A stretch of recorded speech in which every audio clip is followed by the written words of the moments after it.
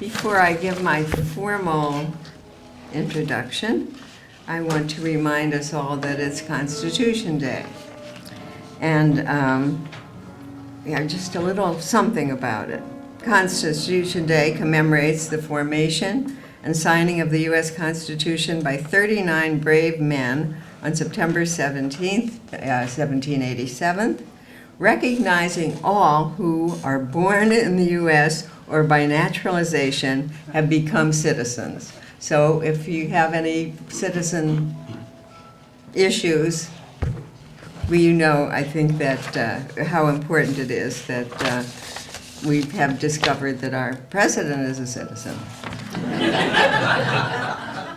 So welcome to University for a Day 2016. We're proud of our signature program, an immersion that does not have a declared topic, but inevitably is about America and the world. In earlier Universities for a Day, we have paid homage to our sacred Constitution with a lecture on the document. That is a kind of Philadelphia story, Philadelphia being the place where the nation was born. Today we are taking a different path, perhaps more profane. We are honoring our nation this morning by demonstrating the distinctly made-in-America creativity that defines New York City. We feature the flesh and blood, the streets and avenues of our signature city, informed by its heart and its mind. Some say there is only one New York and none other like it. Perhaps they're right. It is a living proof of our commitment to diversity and creativity. Today's opening speaker is no stranger to the Schemel Forum, or indeed to University for a Day. Professor Joseph Kraus is a connoisseur of American literature with a cutting-edge take on cutting-edge authors. I knew I could count on him to think creatively about how to begin a morning that would feature the Harlem Renaissance with a cunningly, cannily appropriate appetizer. So Joe is starting our journey to Harlem on 42nd Street. His topic is Damon Runyon's Broadway Carnival.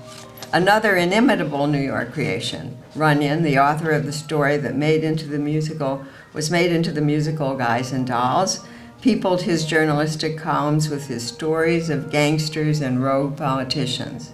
Perhaps his was a nascence and not a renaissance, introducing into literature these people of the streets that he refers to as a new kind of New York elite. Though it's a very different movement than the one we will hear about next, I would say that both of them could only happen in New York. Please welcome Joe Kraus.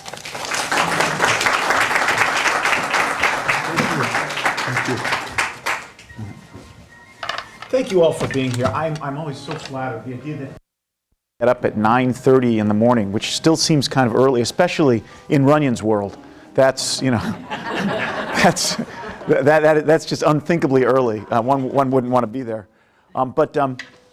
Years ago, I was at I taught at a college, and we gave an honorary degree to Hank Aaron.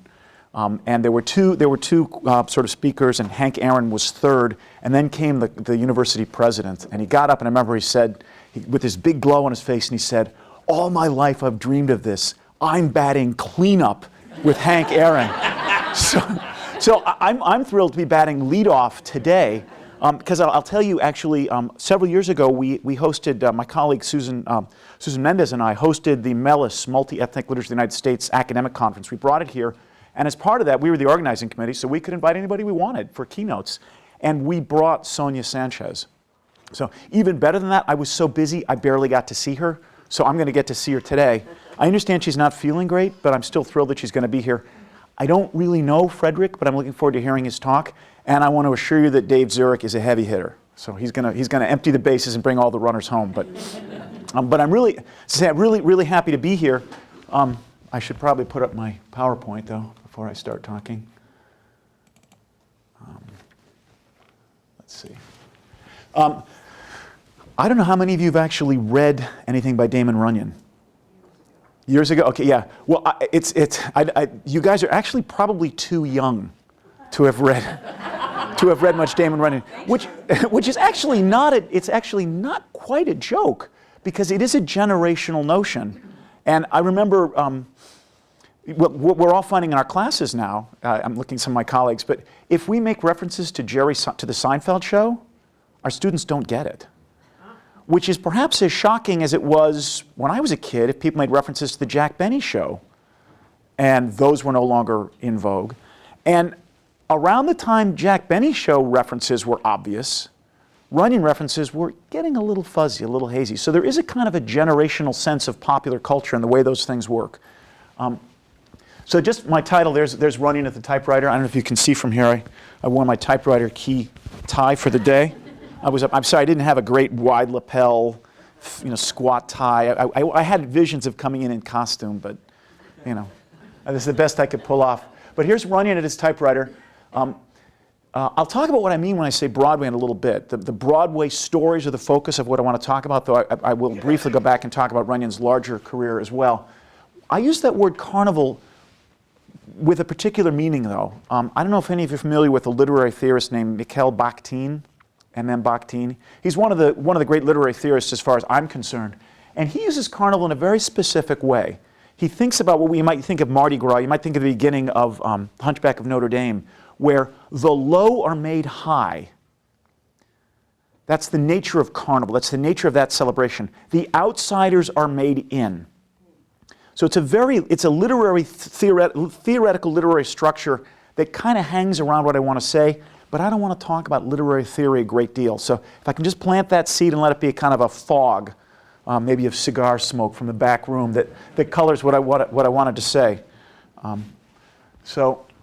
Real quickly, I don't know how many of you are familiar with sort of Runyonese, the Runyon argot. So I can try. I don't know how many of you are familiar with what they call Runyonese, the language of the stories, of the Broadway stories. But you'll notice that the slides, at least I did my best to write them in Runyonese. I give you the skinny on my talk, is what I wanted to say. I wanted to begin real quickly. I don't know how much you guys know about Runyon, and if you're nodding, like, yes, we've heard it all before, I'll try to hurry through some of the early part, just to give them a context for you. Then I want to talk particularly about the language itself, Runyonese. What's going on in it? How does it work? How does it function? What are some of its grammatical characteristics, though not in the kind of sentence diagramming thing, but what are some of the characteristics of Runyonese that support this idea that in the Broadway stories, Runyon is trying to imagine, to use Sandra's term, a pluralistic new community, a community that goes beyond ethnic distinctions and designations. It's actually not very good with race. And that's one reason I'm really hopeful to be in conversation, at least implicitly, with what Sonia Sanchez is talking about. But in terms of ethnicity, in terms of new Americans, there's a whole melting pot stew that's taking place. And I would argue it's at least a half a generation before World War II really cements that and brings that together much more clearly. I don't want to just talk about it, though. One of the old sort of jokes is that if ever you hear someone is teaching a class on humor, you know it's going to be about the driest experience you're going to find. And really, while Runyon is doing, I think, some really interesting things, you don't want to talk about Runyon. You want to read Runyon. So I want to look at a few specific examples, just sort of bullet point examples of how I see Runyonese functioning, and to draw out to you in his case, what he's doing and how he's working it. And then I want to end up, I hope the last 15, 20 minutes or so, with what I would call a closer reading of what's maybe my favorite of his short stories, certainly one of my 2 or 3 favorites, called A Very Honorable Guy. So just quick biography on Runyon. He's born in 1880 in Manhattan, Kansas. And it's one of those funny little things, you can't make it up. It's like George M. Cohan being born on the 4th of July, although I gather he was not actually. He was born on the 2nd is what I've heard. But there's something that's so perfect about it because he is of Manhattan, and yet he's also an outsider. He's a small town guy who makes his way into the biggest city of all, and in many ways reimagines Broadway, the Broadway community, as a small town community. So it's one of those little ironies. And if you're familiar with Manhattan, Kansas, at the time he was born there, the population was under 2,500. It's a Midwestern metropolis by now. It's not the size it's the size of Wilkes-Barre, not Scranton. But it's got Kansas State University, so it's a city of some. Sorry? Big Army bases. Okay. Yeah. That's right. Yeah, because I think Tiger Woods' father was from there when I was doing my quick. Yeah. So. He does move to Manhattan in 1910. Notice he's already 30 by the time he moves to New York. He's had a fairly successful career in journalism, moving from place to place, working often for Hearst newspapers, which have got huge distribution and a huge demand for copy. It's kind of funny, we don't see it much anymore. On the internet, of course, there's so much to read we can't keep up. But if you remember, 10 or 15 years ago, there wasn't as much online content. There was a kind of vacuum. And are you starting a blog? Good. There was this need for copy. And Runyon's career begins with that sort of staggering, give us more, give us more, give us more. He, at his peak, he becomes a columnist, focusing on sports in many ways, but then, certainly after the fame of the Broadway stories, he gets even more opening up. But he writes a column, 200, 300 columns a year for 40 years. I mean, it's staggering how much he just sort of sweats it out. Just every morning wakes up, cranks it out. I mean, there's no way to begin collecting all of them. They're all out there on a variety of subjects.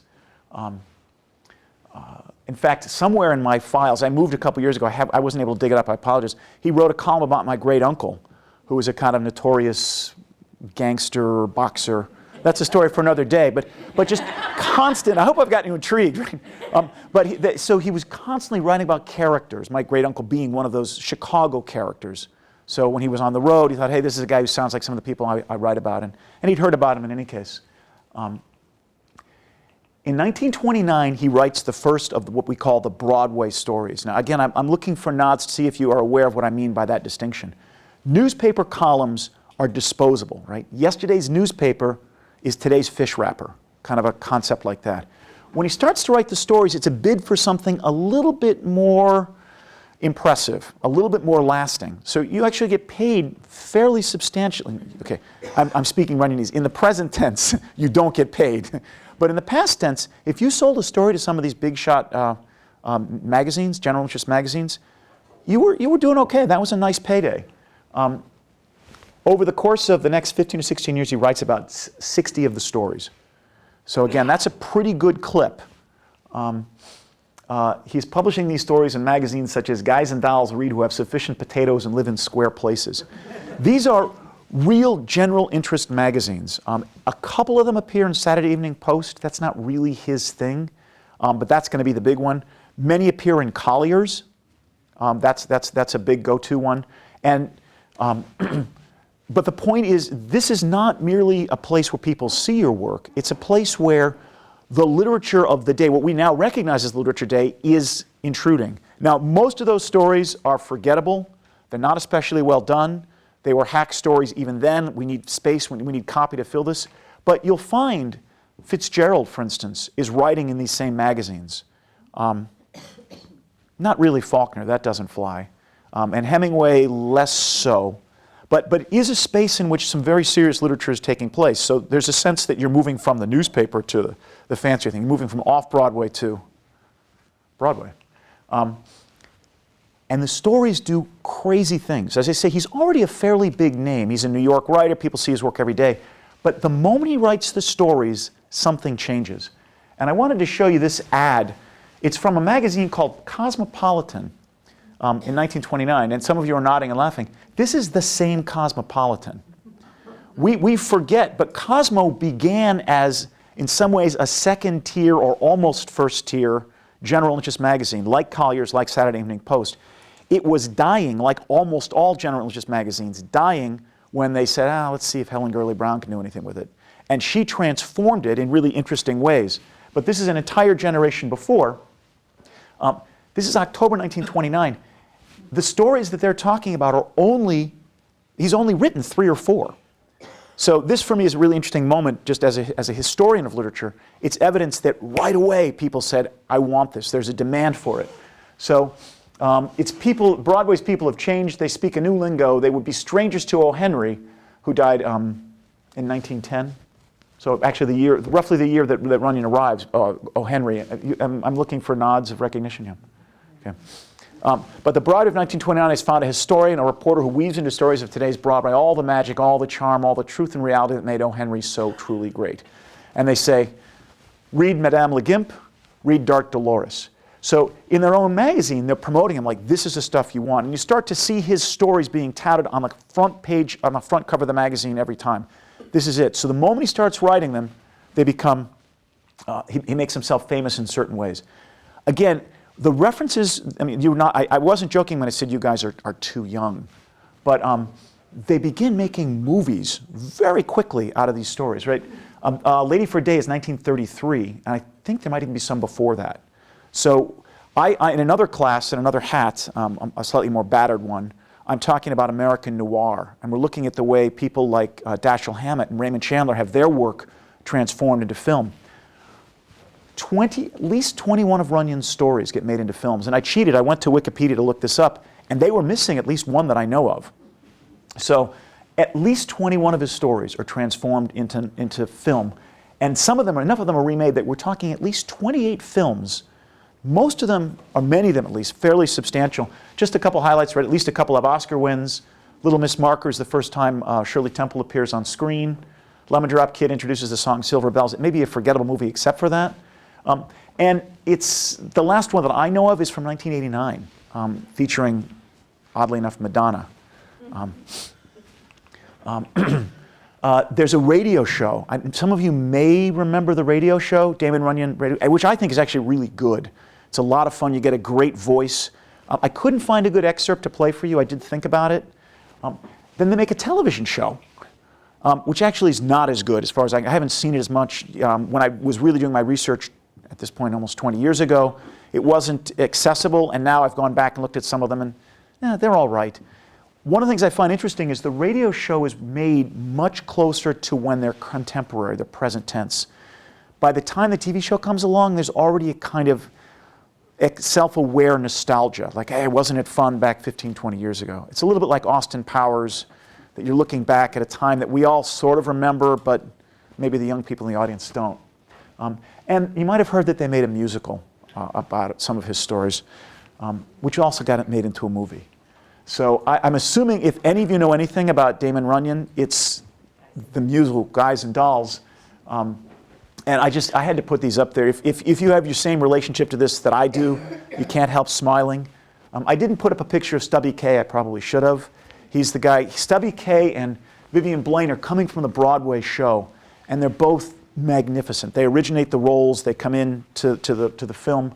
Brando, as we all know, can't sing, but man, he looks so cool, right? And Sinatra can sing, of course, but I don't think he sings as well in this as he will in 15 years. I mean, if you're familiar with The Godfather, the novel The Godfather, there's a great talk about how Johnny Fontaine, who is clearly the Frank Sinatra character, reflects how much he's grown as an artist, as a singer. He's aware of what he can do that he couldn't do before. And I think it's kind of a good sight. So he's got that magnificent instrument, but he doesn't know how to work it quite yet. But for me, the heart of the soul of that movie is Gene Simmons, who died about 2 years ago now. I had her obituary on my office door for a while. Just a magnificent innocence and beauty and spark. I think she gets it as much as anybody else, in part because she's the outsider.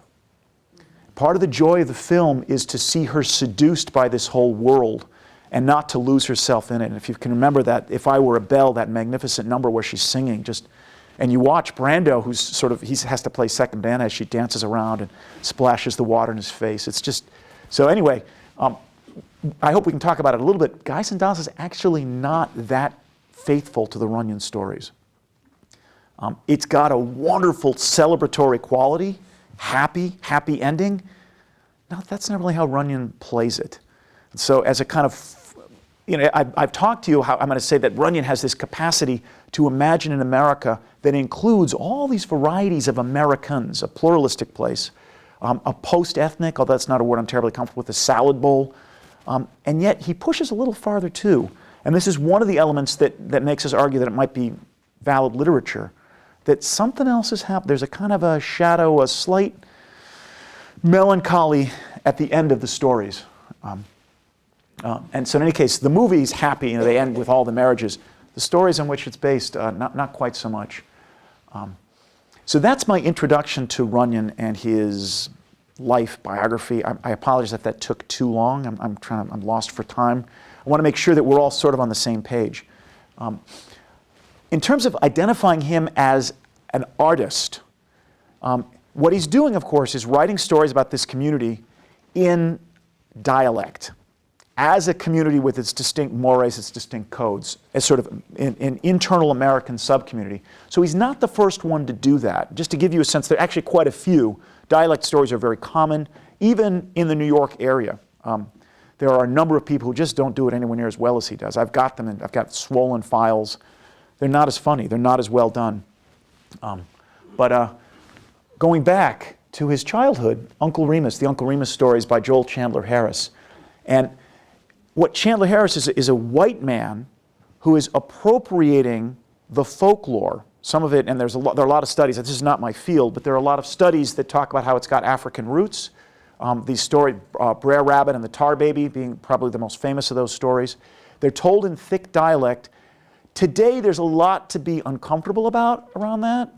At the time, although they're for children, there is some acknowledgement that there's something going on there. There's a way of presenting to the rest of us a voice we would not otherwise hear. And in giving that voice narrative authority, we're giving it a kind of power it didn't otherwise have. So that's a mixed quality. There's a very important literary study that came out about, at this point, 15 years ago, called Love and Theft by a man named Eric Lott. Bob Dylan actually recorded an album named after that book, which is, I mean, how many literary theorists have that kind of a claim?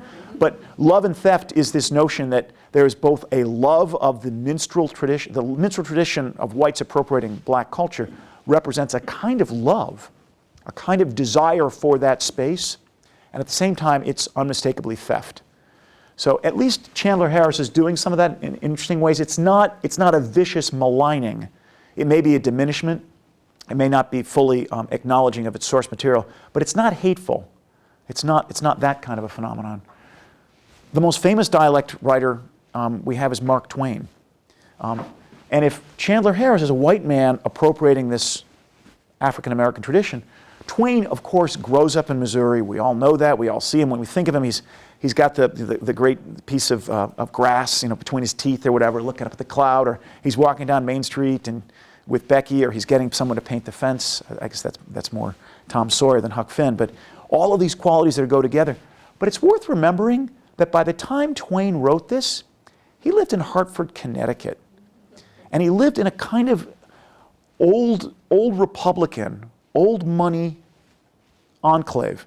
Very well-to-do guy. Now, interesting and progressive. He doesn't sell out in any sense.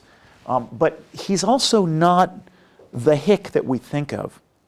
He's already been through that. He has a pretty successful career. He meets a woman who's from that old American aristocracy. She marries him, and she pulls him east.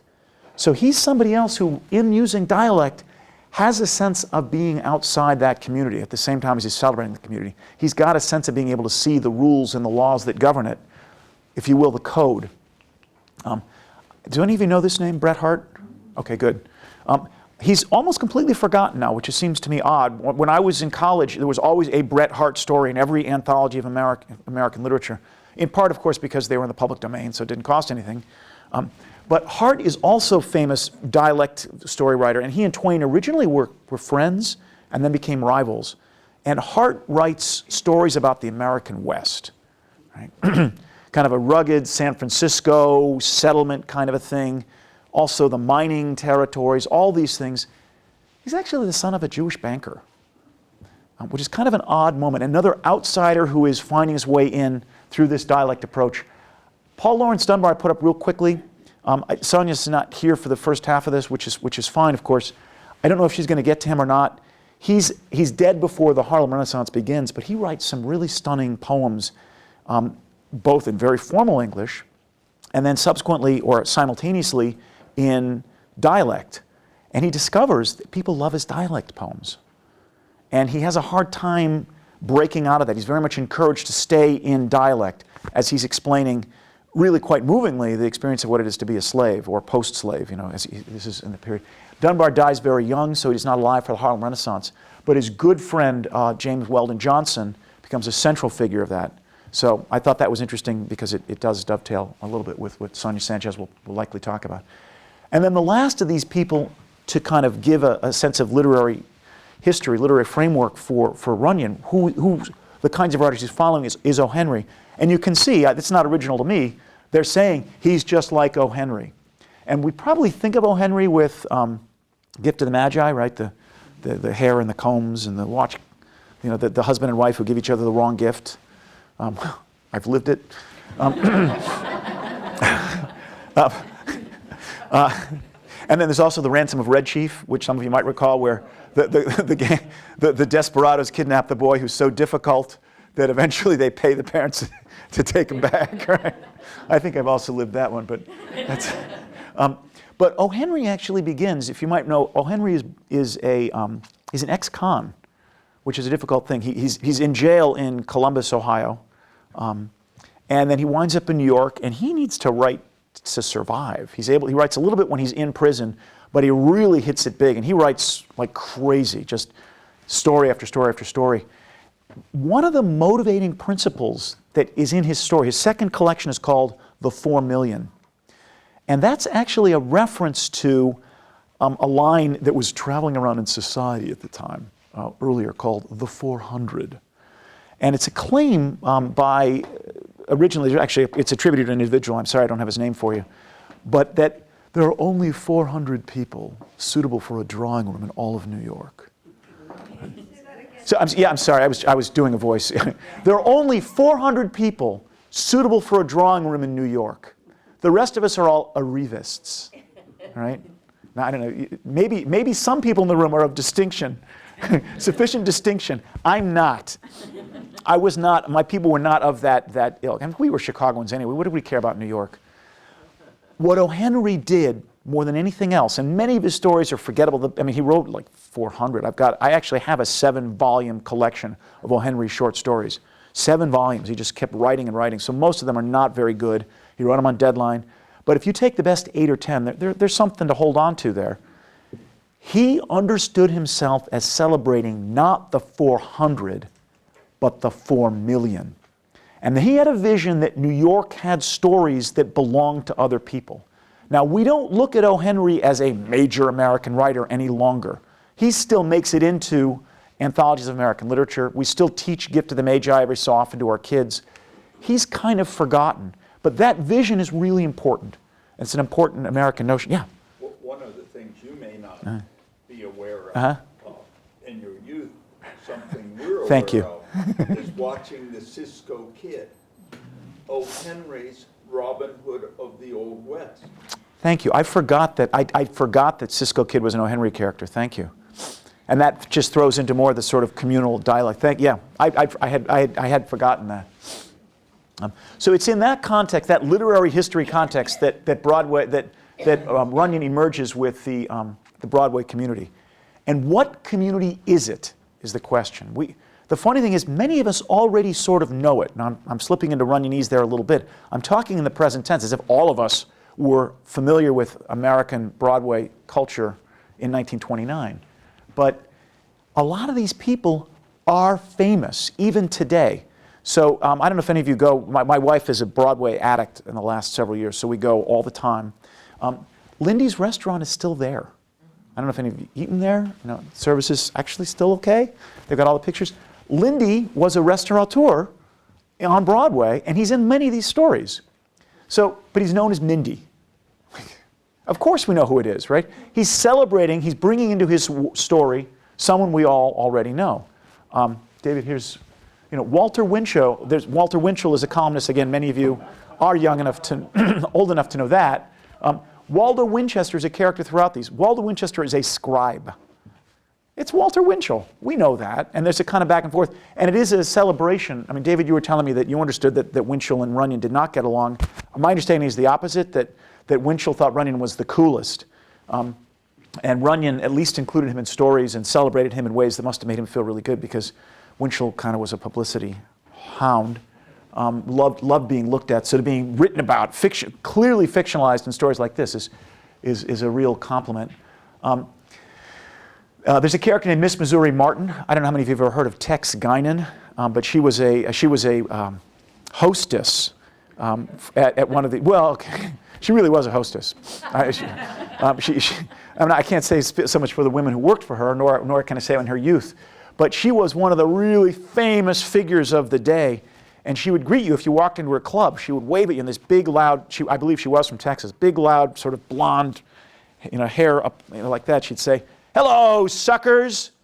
And this great, but a larger-than-life character. So when he says Miss Missouri Martin, we may not know it today. Everybody else knows, oh yeah, I know Lindy's, I know Winchell, I know Tex Guinan. Sometimes it gets a little subtler. There's a character in these stories, it's such a fabulous name, Regret, and he's a kind of a bit of a schlub who walks around, like heavy-shouldered, and he's always losing on the races and whatnot. I don't know how to confirm this, it's just widely reported, that Regret is based on a man named Abadabba Berman, who is actually most famous for, unfortunately, sitting in the restaurant when Murder Incorporated sent a hit squad to kill Dutch Schultz. So he was gunned down at a table, and Schultz, then they went in. It is kind of funny, although people are dying, if you forgive the humor. Schultz is in the bathroom when the hitmen arrive, and so they shoot everybody around, and then most of the Murder Inc. guys say, "Let's get out of here." And then the one guy who's sort of leading the squad says, "What are you talking about? We got to get the Dutchman." So he goes into the bathroom, shoots Schultz, comes out, and the getaway driver's left, and he has to walk home after the hit on Dutch Schultz. Anyway, I think it's fascinating, and as a guy who studies a lot of these gangsters and their stories, I would love to have a sense, this is someone who sat and BS'd with Regret, with Berman purportedly. All I know about Berman is that he was in the wrong place at the wrong time, that he was supposedly Dutch Schultz's numbers guy, and fairly well-to-do. In the stories, he is well-to-do. He's not a bum, he's just unhappy. There's a character named Germany Schwartz. Who do you think that might be? Very minor character, I might add, but he's still in there. These are all people that we've heard of. The Brain, and I'll show you later on an example how we know that The Brain is based on Arnold Rothstein. But at one point when I was working on my dissertation, because when you decide what you want to do for a dissertation, you start getting really hungry. Is this going to work? Is this going to work? I'm fascinated by what F. Scott Fitzgerald did with Arnold Rothstein in The Great Gatsby. For me, that's the starting point. If The Great Gatsby is a magnificent jewel that we've mined, as I try to fit it into a ring, that's the facet I'm hitting on, right there. And Fitzgerald is quite clear. At one point, he's got a letter that I framed in my imagination. He claims that Fitzgerald says that the idea for The Great Gatsby came to him the day he met Arnold Rothstein in person. He does very dramatic things, though. You might remember Arnold Rothstein is actually very dapper. His father's a well-to-do guy. Rothstein is not a bum. And in Runyon's story, he's not. But in Fitzgerald's account, he's heavily ethnicized. If you remember, he's the one who had a Ganegian, right? Who's got a human molar cufflink. That is not Arnold. We know that's not Arnold Rothstein, and so it's really interesting that Fitzgerald flips him, makes him all the more ethnic, which is, I think, the antithesis of what Runyon is doing in all this. But the most important character in all these stories is the narrator, and it's not so clear whom he's based upon. Who is he, right? Everything we get in any of these stories is mediated through the narrator. And it's really funny. Very often, the premise will be, so I am walking along Broadway and I come upon Regret. And Regret says, I say to him, "Regret, how are you doing?" Regret says, "Boy, do I have a story for you." And then Regret proceeds to tell the story, sounding exactly like the narrator.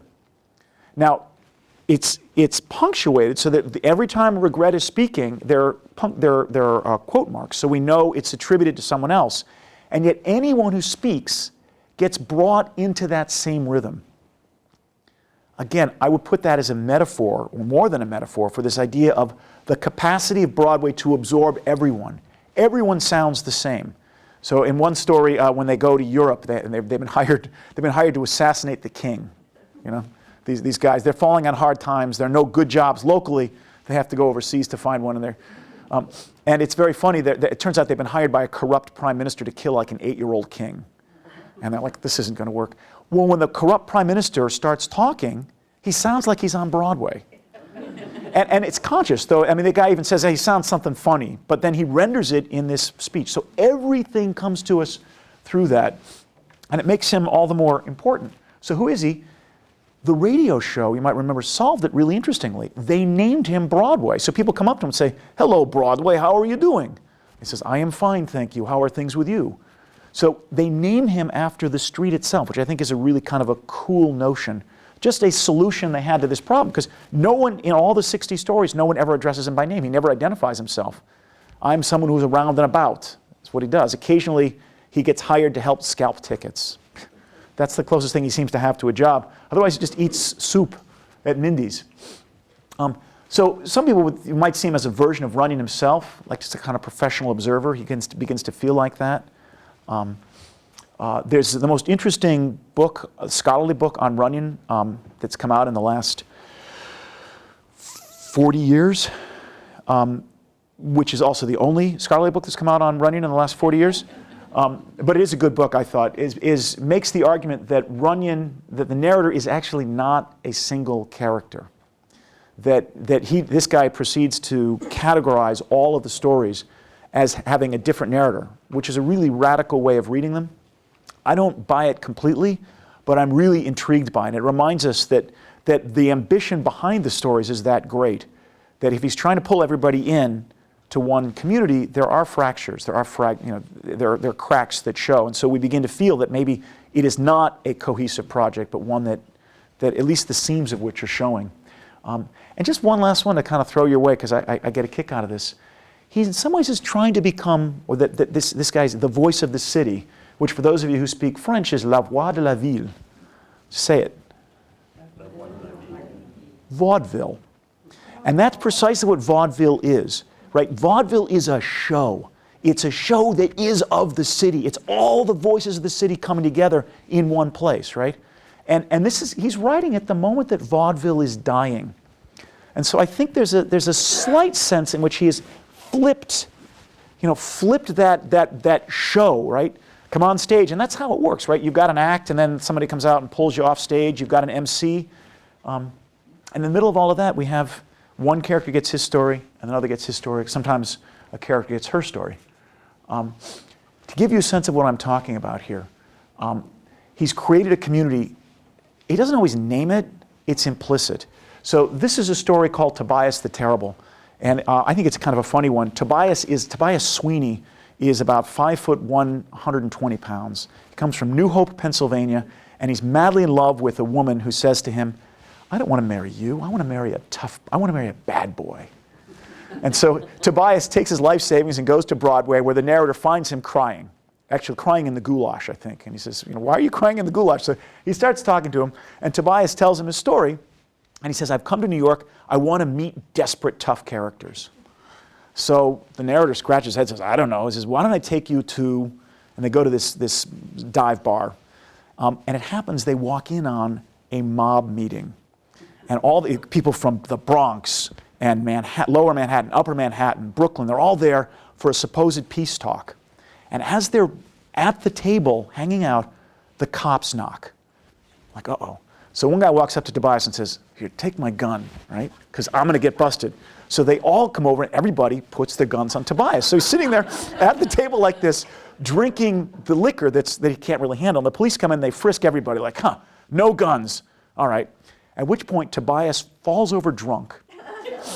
The guns come spilling out and the police say, "Oh my God, I've heard of 2-gun guys. I've heard of 3-gun guys, but 12-gun tweenie?" So he winds up being seized as the toughest guy in the whole community. A bad boy. He gets tried. Eventually he's acquitted. He goes back home. His girlfriend marries him because she's so taken by all this. And the funny, again, that sort of melancholy end is that when some of the guys who've helped him show up, he throws them out of town. He says he doesn't want them in there. It's good. Broadway is one thing. But this is early in the story. And the narrator has taken Tobias to this meeting where all these guys are, all Angie the Ox and Big Nig, all these really scary people. And they had this conversation. Then I tell them how Tobias Tweeny comes to New York figuring he may meet up with some desperate characters of the underworld. And they hear this with great interest. And Angie the Ox speaks as follows. "I wonder," Angie says, "if we can get in touch with anybody who knows such characters and arrange to have Mr. Tweeny meet them. Although personally," Angie says, "I loathe and despise characters of this nature." So part of the joy of this moment is we know very well this is the community. They may not see it, and it's this sort of clever backwards way of asserting we have a community that we're celebrating. So some of you probably have heard the term Runyonesque. Right? We still use that. Runyonesque is kind of like, even people who haven't read Runyon stories know this adjective, right? It's kind of a colorful street guy who's trying to work an angle, but there's something innocent about him. For scholars or critics, the more important word is Runyonese. And that's to say, how do we analyze the language? What are its characteristics? And there's a lot of thinking on this. There's actually there's at least one book and a number of really good studies about the characteristics of Runyonese. And I'm mixing with some of those and bringing my own in because I want to put it in the context of Broadway as a community that can absorb outsiders, that creates a code others can follow. And so some of the characteristics, real quickly, he uses a lot of euphemism and coinage, a lot of circumlocution. I'll give you examples in just a moment. This is where it's going. His stories imply a code of conduct throughout. Here's how you are supposed to behave. Kind of Emily Post for the Shiv set. And explicit, and this is sometimes fun too, it's not that these guys are savvy and knowing, right? Chandler's guys know everything. Hammett's guys know everything, right? They walk into a drawing room and they're above it, but they know which fork to use, or they know not to use it. These guys don't have that kind of savvy. They're actually quite ignorant at times. Like Angie the Ox is like, boy, I wonder where these big, bad, tough guys are, right? Meanwhile, I'm at a meeting trying to kill the guy next to me. And then there's no past tense. Let me just float that. I'm not going to handle that one explicitly. Just notice that in each of these. So just a couple of quick examples about this euphemism and coinage. And the sense that when you hear it, I don't know if you guys have this experience, if you've read Runyon, if you've heard him, you almost have to decompress. You have to try to say it aloud. You read that voice, there's something infectious about Runyonese, that sound you want to capture. It invites you to participate in it, is how I would say it, in part by inventing new words. Hold'em Yale is a story where they are they're scalping tickets up at a Harvard-Yale game. So it's a rare instance where they actually acknowledge that their language is not a universal language. So one of them says, I will sell you a choice ducat for only a sawbuck, which is $10 in your language. So it's an acknowledgement of different words that are in place. In another story, so finally my friend outs with a large John Roscoe. What do you think a John Roscoe is? Right? I have no idea where that name comes from. Is there something a joy? Sorry? What is it? A gun, sorry, yeah. It's presumably a pistol, as opposed to it would not be a rifle, just a John Roscoe. I don't know. I think a Roscoe, I've heard other people call it a Roscoe. I don't know if that's before Runyon or after. But he's just playing with language, a John Roscoe. That's one that he uses in a number of different stories, not just Dream Street Rose. In Tobias the Terrible, when we're listening to somebody's very sympathetic to Tobias and tells him, love is strictly the old fidinkus. No idea what that means. I mean, really, it's funny. If you look it up, that no one really knows. It may mean malarkey, which is a good Scranton word now in the news for Scranton, right? We're very proud of that. But even then, think about the difference. Malarkey is a quantity. There's always malarkey out there, like oxygen. The fidinkus, it just works a little differently. You know, the racket or something. And then just quickly, you get a lot of this, and we'll do, in Very Honorable Guy, there's quite a lot, but I just want to show it quickly. There's a sense that you adapt a new name. You have the capacity to reinvent yourself, to rename yourself. So his right name is Antonio something, and why he's called Jojo, I never hear. When I talk about circumlocution again, I hope it communicates the example as much as anything. When you're actually telling a story, and when you hear that language, you want to be a part of it. At least that's my reaction. I've seen many other people who get it. You want to sort of talk. I think that's why the Madonna 1989 Bloodhounds of Broadway gets made, because there are all these people who watch these old movies and want to sound like them. You want to put on, as I said, I wanted to put on the Runyon costume. Butch Minds the Baby is another one of my favorites. Butch turns out to be the best safe cracker in town. And our Brooklyn friends who are from the first stories, well, I guess they weren't mentioned, but they're Harry the Horse, Little Isidore, and Spanish John are the Brooklyn guys who are in the Tobias Sweeney story. And Butch is out of business now because his wife has just had a baby. And they're like, come on, it's a great score. But he says, I'm taking care of the baby. So they bring him along. so the baby goes with him on the job. But just to hear the beginning of that, the way in which my point with reading this is that there are many more words than we need to tell this, but who's in a hurry? It's like jazz. One evening along about 7 o'clock, I'm sitting in Mindy's restaurant putting on the gefilte fish, which is a dish I'm very fond of, when in comes 3 parties from Brooklyn wearing caps as follows. Why they're wearing caps, I don't know. Harry the Horse, Little Isidore, and Spanish John. Now these parties are not such parties as I will care to have much truck with, because I often hear rumors about them that are very discreditable, even if the rumors are not true. In fact, I hear that many citizens of Brooklyn will be very glad to see Harry the Horse, Little Isidore, and Spanish John move away from there, as they are always doing something that is considered a knock on the community, such as robbing people, or maybe shooting or stabbing them, and throwing pineapples, and carrying on generally. Just like, I mean, I hear a kind of jazz in that. It just goes. It's a sound, a new voice of the city.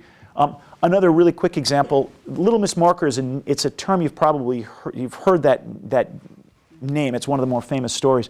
A marker, of course, is something you give to guarantee a debt, your IOU.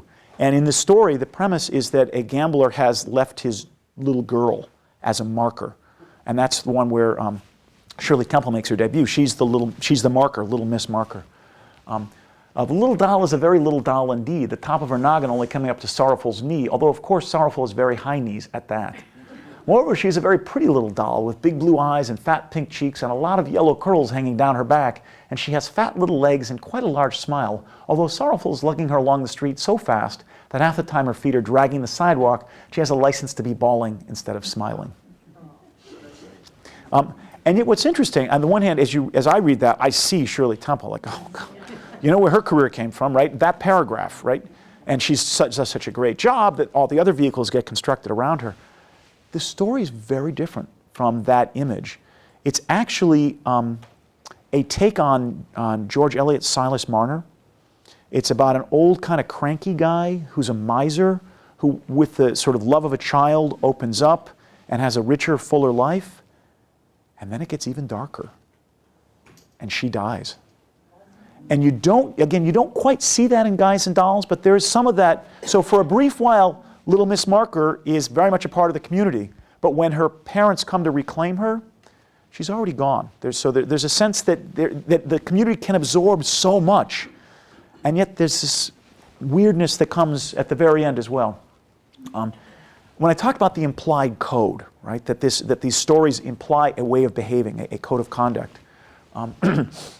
This is from Romance in the Roaring Forties, where a gangster, thinking he's doing a good thing, kidnaps the woman he's in love with is in love with actually Waldo Winchester. Yeah, and but no one knows Waldo's already married to a wide doll, a very strong circus performer. So Dave the Dude, who may or may not be Lucky Luciano, some people speculate. He's in other words a very big spending guy. Again, if it is Luciano, it's a very different image, right? We think of Luciano as a kind of sinister, kind of scarred-faced guy. In real life, of course, he was sinister and scarred-faced, but he also dressed very well. He wanted to be Arnold Rothstein. We know that about him. And so he's a dude. So it might, in fact, be loosely based on him. But eventually, Dave the Dude tries to get Waldo Winchester to marry this girl, only to discover that the marriage gets broken up by the narrator intervening, actually. It's one of the few times he actually intervenes in the story. The Winchester's wife comes to break up the wedding, and Dave the Dude is really sad, and the girl says, I'll marry you anyway, Miss Billy Perry. But only a rank sucker will think of taking 2 peeks at Dave the Dude's doll, because while Dave may stand for the first peek, figuring it is a mistake, it is a sure thing he will get soared up at the second peek. And Dave the Dude is certainly not a man to have soared up at you. Premise number 1, respect the gangster elite. Right. I think that's a good policy at all times. I'm just saying, let's respect our gangster elite. Give them time. But this Waldo Winchester is 100% sucker, which is why he takes quite a number of peeks at Dave's doll. And what is more, she takes quite a number of peeks right back at him. And there you are. When a guy and a doll get to taking peeks back and forth at each other, why? There you are indeed. Rule number 2, when sex gets involved, rule number 1 doesn't count. But the code is very clear. It's implicit but clear. How are you supposed to behave on Broadway? Well, read the stories and go. Once you've read all the stories, you know how to handle it. Another quick one, the snatching of Bookie Bob. This is basically the ransom of Red Chief, right? These guys decide they're gonna steal the wealthiest bookie around and hold him hostage till someone pays him off, and they get bored while they're holding him, and he proceeds to take their marker, and they bet him one thing or another, and eventually they owe him everything, all the ransom. So they collect the ransom and give it right back to him. But notice what's going on here, the implicit rule here, the implicit code. Well, Bookie Bob says, I will take your marker because I hear what you say about always paying your bookmaker, and you put yourself away with me as an honest guy, and these other gentlemen also impress me as honest guys. So you've just kidnapped me, I understand, that's fair.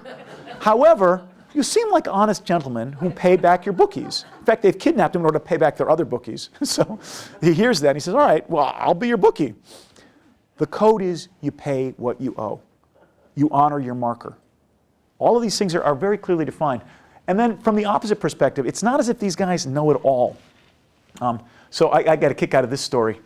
This is our narrator. It begins very carefully, very quietly. He says, this, by the way, is rumored to be one of the stories on which Guys and Dolls is based. I don't see it, but he opens it up. He's just come back from the doctor.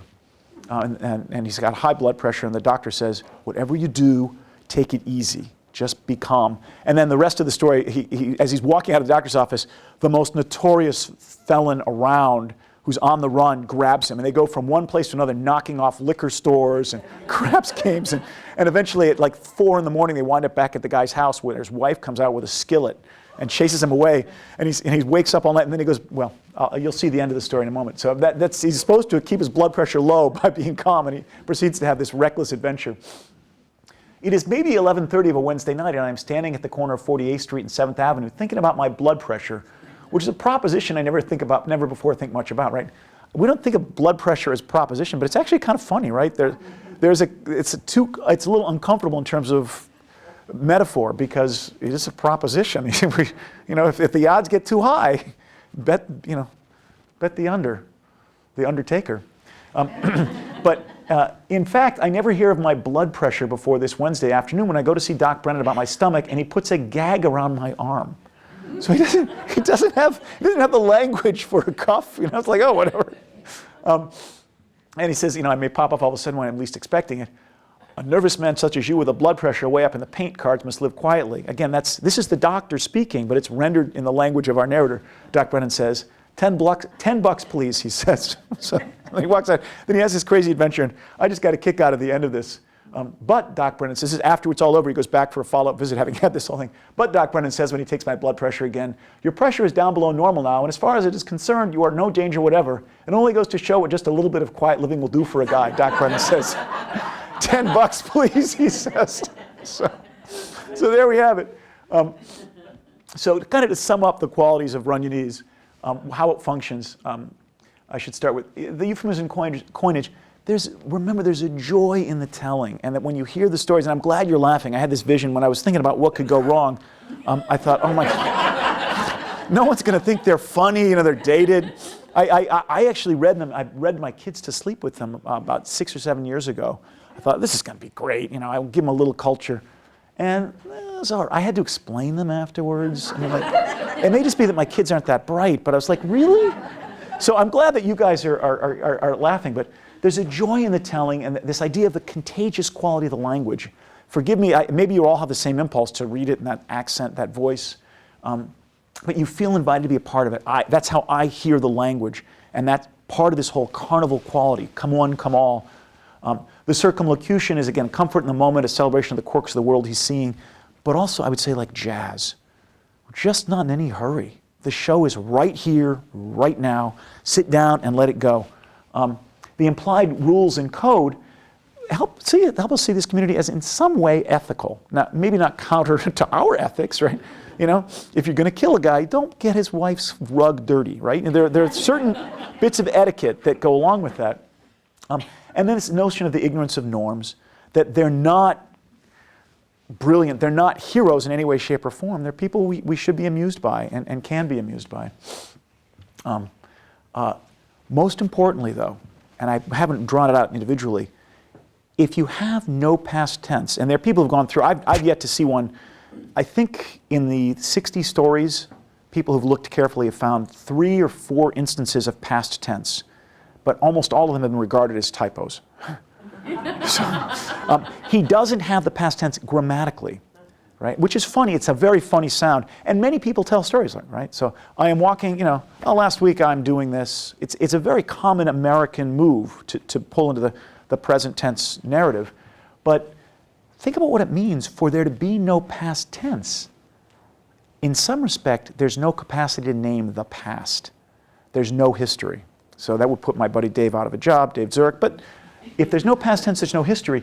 If there's no history, and then there is also access to a code, right? If we're told, you know, don't, you know, always pay your bookmaker back. Don't, you know, be respectful of the big gangster. You know, if you're in love with somebody, go for it.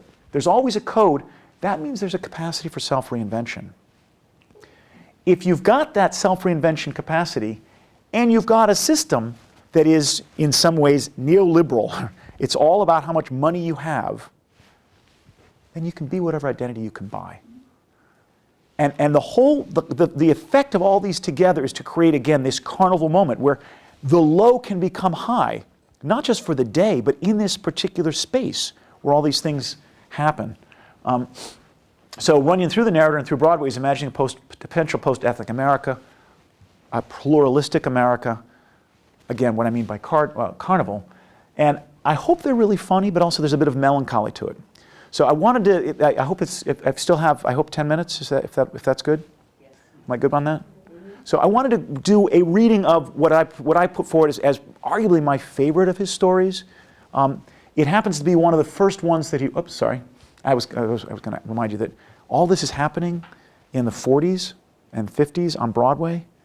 Harlem is the 120s on Broadway. You can keep walking right up from one to the other. These worlds are happening. The same moment we have this sort of discovery and reinvention.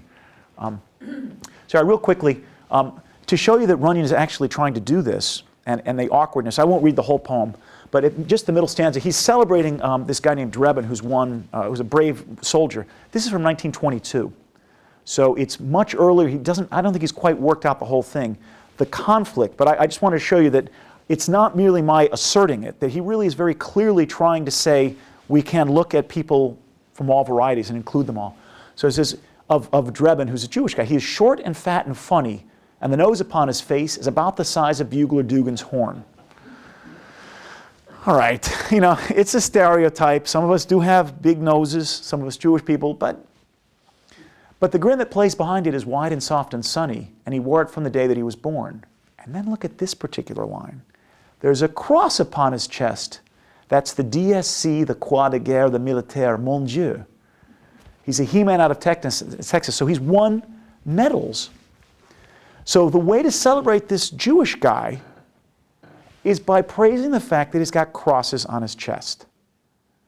And I think Runyon doesn't do as much with that in 1922 as he will in 29 and subsequent in the Broadway stories, but he's clearly taken by this question of how we can assume new identities. Drebin is who he is because he's a brave guy. Nothing else should matter. On the plus side, that means no discrimination. On maybe the downside, which Runyon doesn't explore anywhere near as fully, he's lost a big chunk of who he was, of what defined him. So, and a very honorable guy, and this one of the reasons I want to share it with you was it's got fabulous illustrations. The guy who actually, his name is, I think, David Robinson, but DR, so if you notice the DR, it's not Damon Runyon, it's actually, by coincidentally, the artist has the same name. So this is how he imagined the narrator. I think it's a wonderful picture, too. Kind of shaded, the cigarette in the corner of his eye, the guy who tells the story. But here's the first line of this story. Off and on, I know Feet Samuel's a matter of 8 or 10 years, up and down Broadway, in and out, but I never have much truck with him because he's a guy I consider no dice. In fact, he does not mean a thing. Now, you try being a graduate student in the late 80s, desperate for a topic, or I guess mid-90s at that point, desperate for a topic, he does not mean a thing. Like that's philosophy, but it's better than philosophy, right? I mean, that gets you beat, right? It's the notion of meaning and it's funny. So we got, but notice the full contradiction in all this. off and on, 8 or 10, up and down. The sentence almost negates itself.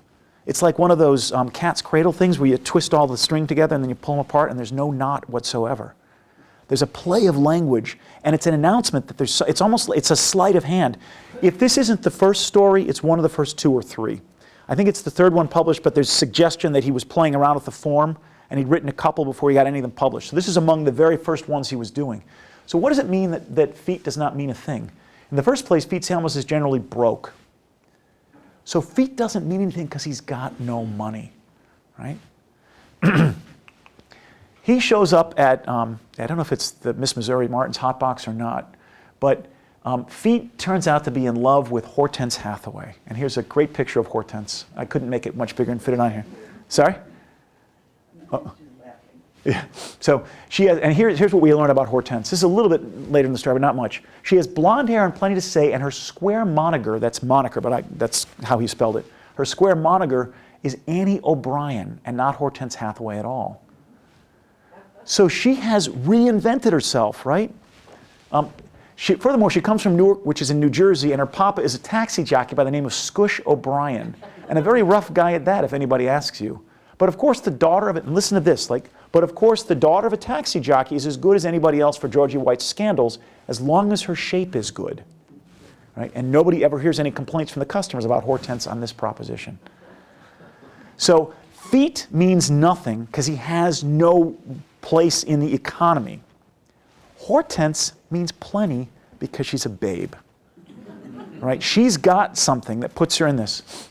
And by the way, one reason Feet's in love with her is because she always dances with him, and the reason people dance with Feet is because his feet are huge.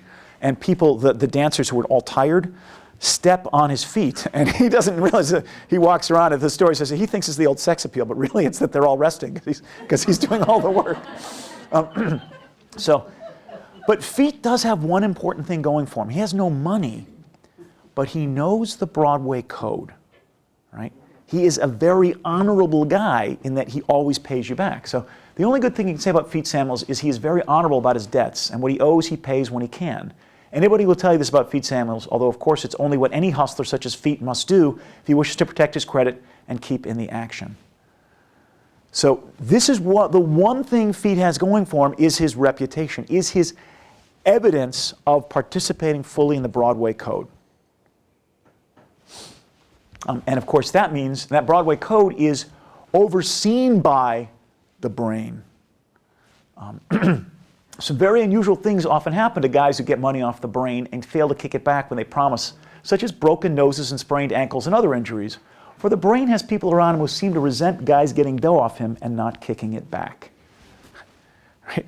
So again, we're reminded there's a financial system here, and there's also violence. Yet another thing. So sex, violence, money, all those are elements in the economy of this space. Feet is part of that economy because he acknowledges it. It's a measure of honor, as it were. Following up, though, the brain's right name is Armand Rosenthal. Think about how Meyer Wolfsheim, Armand Rosenthal, this is both Arnold Rothstein, right? This is more clearly. So right there that we see a gentler ethnicization. Armand Rosenthal sounds kind of elegant, and that really is more in keeping with what we know of Rothstein. He's called the brain because he's so smart. He's well known to one and all in this town as a very large operator in gambling and one thing and another, and nobody knows how much money the brain has except that he must have plenty, because no matter how much dough is around, the brain sooner or later gets hold of all of it. And so he's the bank. And yeah, so the story at this point is that Feet is desperately in love with Hortense. He's got no money. She's not interested in him because he's broke. So he settles on a desperate scheme to get money. He sells his body to science in advance. And he's able to do so because the brain okays him. Says he always keeps his word. He always pays his debts. So he sells his body to science for $1,000. He promptly goes to a craps game and wins, and then beats another one. And before he knows it, he's rolling in dough. He's got $20,000, $30,000. He's buying Hortense all kinds of jewels, and Hortense says, "I'll marry you. Happy ever after."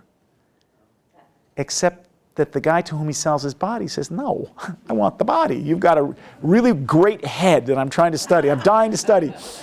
And so finally, at long last, it comes to a head, and Feet makes a break for it. He's running, the doc is coming after him with a knife. Old Doc Bodeker is coming at him with a knife, and he chases him, at which point Hortense recognizes him as the old guy who's been buying her diamonds and jewels.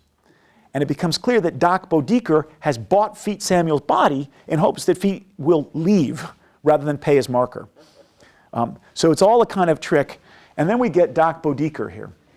Yes, gentlemen, the old doc says, I am brokenhearted. I also seem to have a large lump on my head, because Hortense, seeing him, has now chucked a whole ham and it's landed on his head. I also seem to have a large lump on my head. Besides, Hortense has all my presents and Feet Samuel has all my money, so I get the worst of it all around.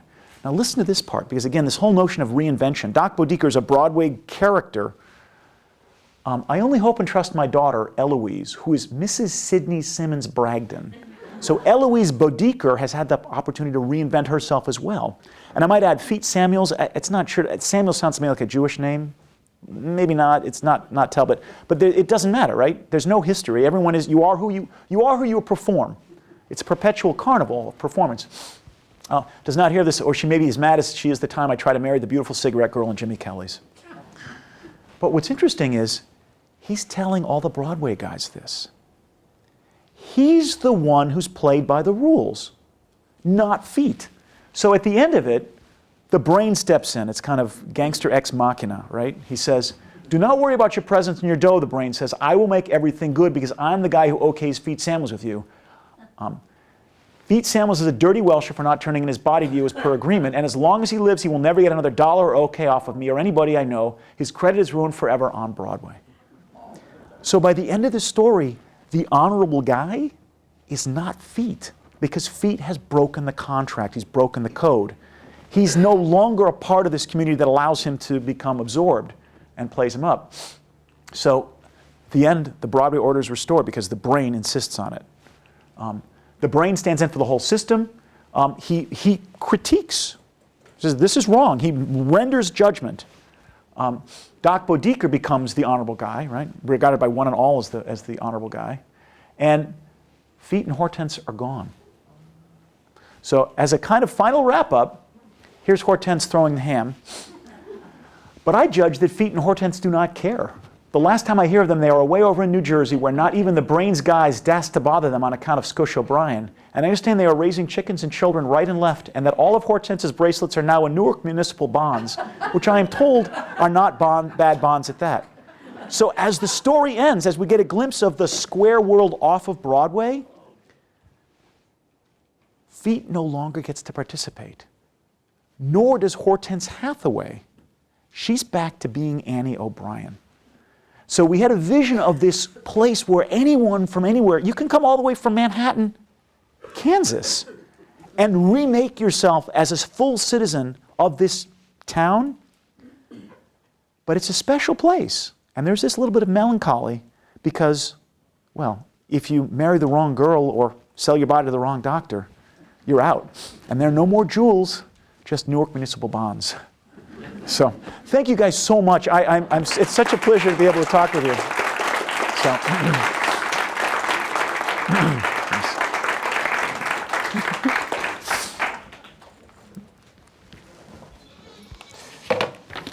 Thank you so oh, much. thank you. Thank you. Yeah. This isn't about the American Constitution, but in a way it is about the American Constitution today. Yeah. But this is it. Thank you. Yeah. Thank you so much. Now we'll take a little break before our next speaker, who has arrived on the scene. Thank you. Take about 10 minutes. I'm reading.